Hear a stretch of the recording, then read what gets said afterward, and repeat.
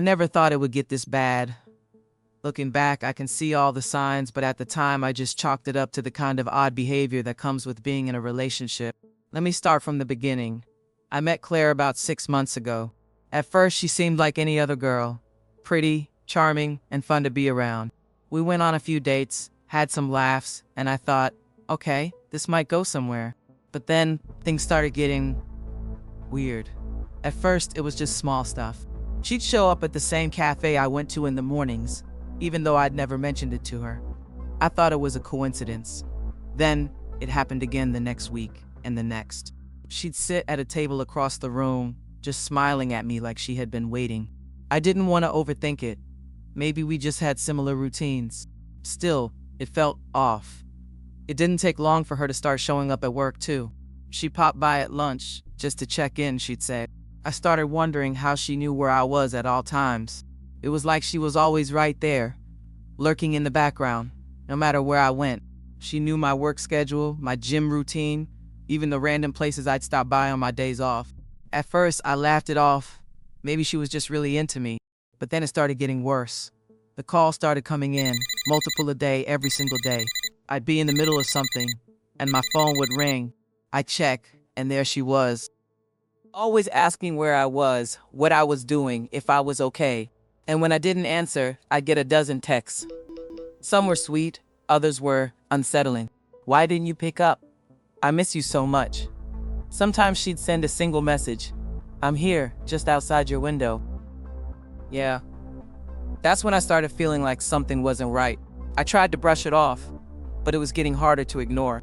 I started taking longer routes home, hoping she wouldn't find me. But somehow she always did.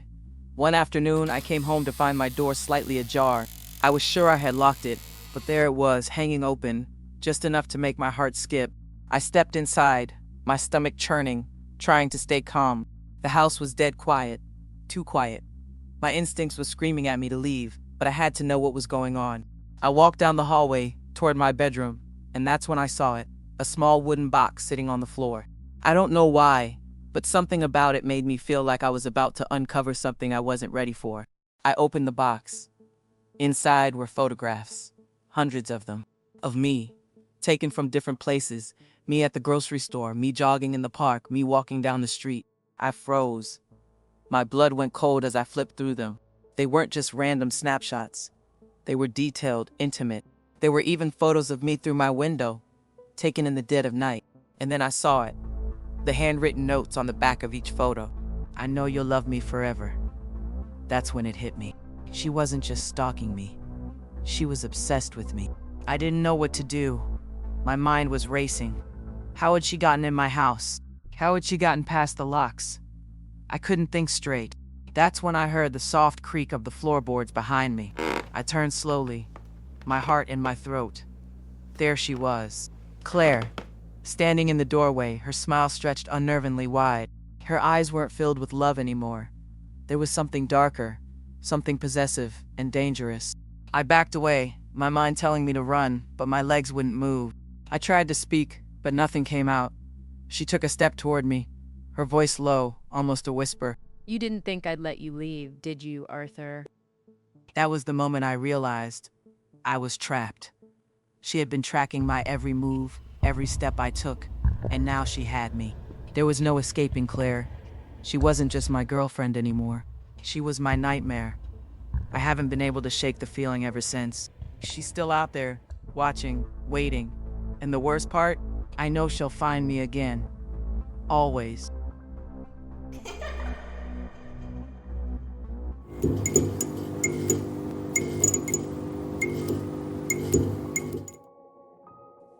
It started with the footsteps. At first, I thought I was imagining it.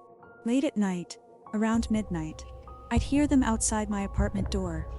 Soft, deliberate steps, like someone walking in circles. I'd lie there, frozen. They'd stop after a few minutes, and I'd tell myself it was nothing. Just the old building creaking, or maybe a neighbor passing by. But then, I started getting the messages. I see you, you're mine. They came from an unknown number, and at first, I thought it was Daniel. It had to be Daniel. We broke up almost a year ago, but he never really let go. He'd always been intense. He'd text me constantly, asking where I was, who I was with. After the breakup, he'd shown up at my job a few times, just standing outside and watching me through the glass. He never tried to talk to me, just stood there, smiling. I blocked his number, changed my locks, and eventually, he stopped showing up. But the messages, this felt like him. This had to be him. One night, I came home late to find my apartment door slightly open. My stomach dropped. I pushed it open slowly, stepping inside. The place was exactly how I left it, except for a single white rose sitting on my coffee table. I picked it up with shaking hands. My phone buzzed. A message. "I'm in your closet." My breath hitched. My eyes darted to the closet door at the end of the hallway. My whole body locked up, every nerve screaming at me to run. But I couldn't. I grabbed the nearest heavy object, a lamp, and slowly crept toward the closet. My heart was beating so hard it hurt. I opened the door. Nothing. Just darkness. But on the floor was another white rose. I barely slept that night. I was convinced it was Daniel. He had finally snapped. I was going to call the police, but the next day, I saw him. I was at the grocery store, trying to distract myself, when I saw Daniel standing near the entrance. He was half in shadow, his face pale, eyes dark. His mouth curved into a faint smile as he watched me. I left my cart and practically ran to the exit. I didn't stop until I got home, deadbolting the door behind me. My phone buzzed. "You look beautiful today." I couldn't breathe. Later that night, I sat on my couch, shaking, trying to figure out what to do. I turned on the TV just to drown out the silence. Some local news segment was playing. A reporter was talking about a car accident on the highway. I wasn't paying attention until they showed the picture, Daniel's picture. I sat up, blood roaring in my ears. The caption beneath his face read, "Victim identified as 27-year-old Daniel Harper, died on impact. Accident occurred 2 weeks ago." I stared at the screen, my brain refusing to process it. No, that wasn't possible. He was alive. I saw him. He was at the store today. He's been texting me. He left roses in my apartment. My phone buzzed again. Another message. "Miss me?" I threw the phone across the room. My whole body was trembling. I stumbled to the window and yanked the curtains shut. My heart was pounding so hard it hurt. And then, I heard it, scratching. It was coming from the window. I backed away slowly. My hands were shaking. I knew I shouldn't look, but I couldn't stop myself. Through the thin crack in the curtains, I saw him, Daniel. But it wasn't Daniel. His eyes were too dark. His mouth was twisted too wide. His skin was gray, stretched too tight across his face. And when he smiled, his teeth were all wrong, sharp and too white.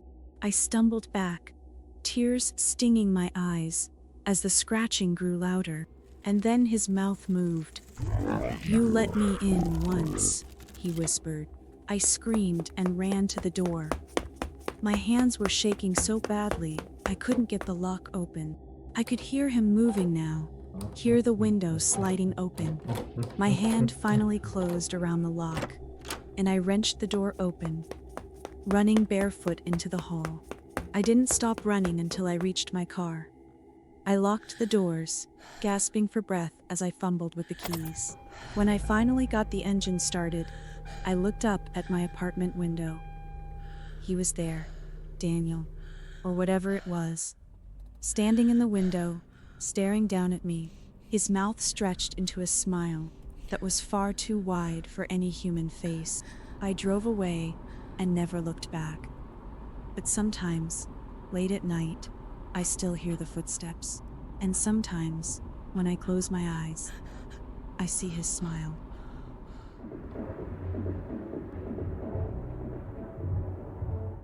I turned 24 today. My friends wanted to take me out to celebrate. Dinner, a party, maybe a club, if we could sneak in. I should have been excited. Instead, there was a weight in my chest that I couldn't explain. It wasn't nerves. Not exactly. Just unease. But I pushed it down. Tonight was supposed to be fun. Come on, birthday girl, lighten up.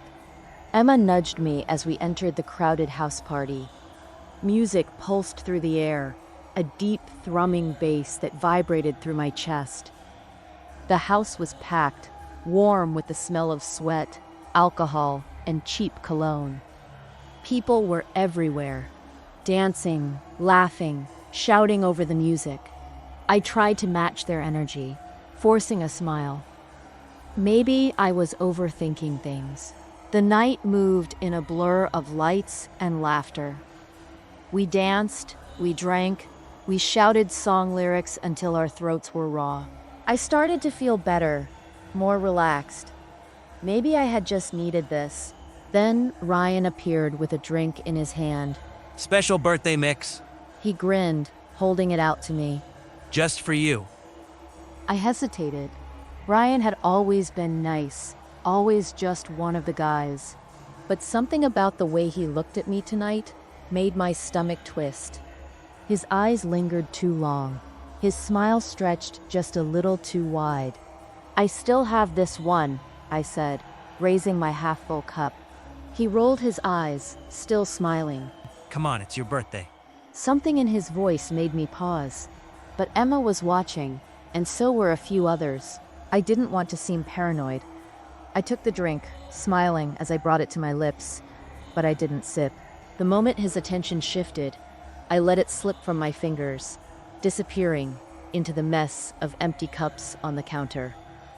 That's when I noticed him watching me. Not just casually, but intensely, studying me. Every time I moved to another room, his eyes followed. If I laughed, he was suddenly next to me, smiling like we shared some kind of secret. Once, I felt his fingers barely graze my lower back as he passed by. Too light to be an accident. Too quick to be anything I could call out. The unease returned, heavier this time. I told Emma I wasn't feeling well, that I wanted to leave.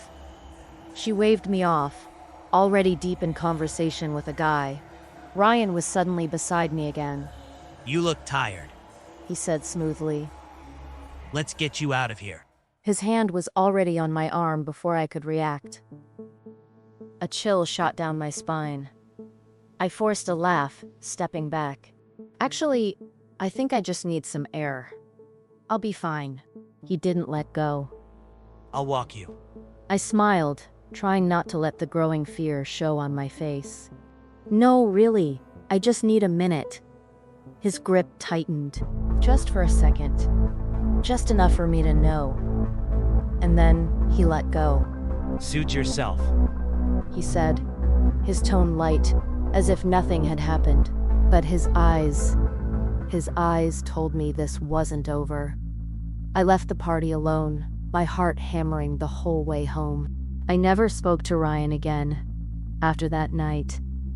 And I still wonder, what would have happened if I had taken that drink?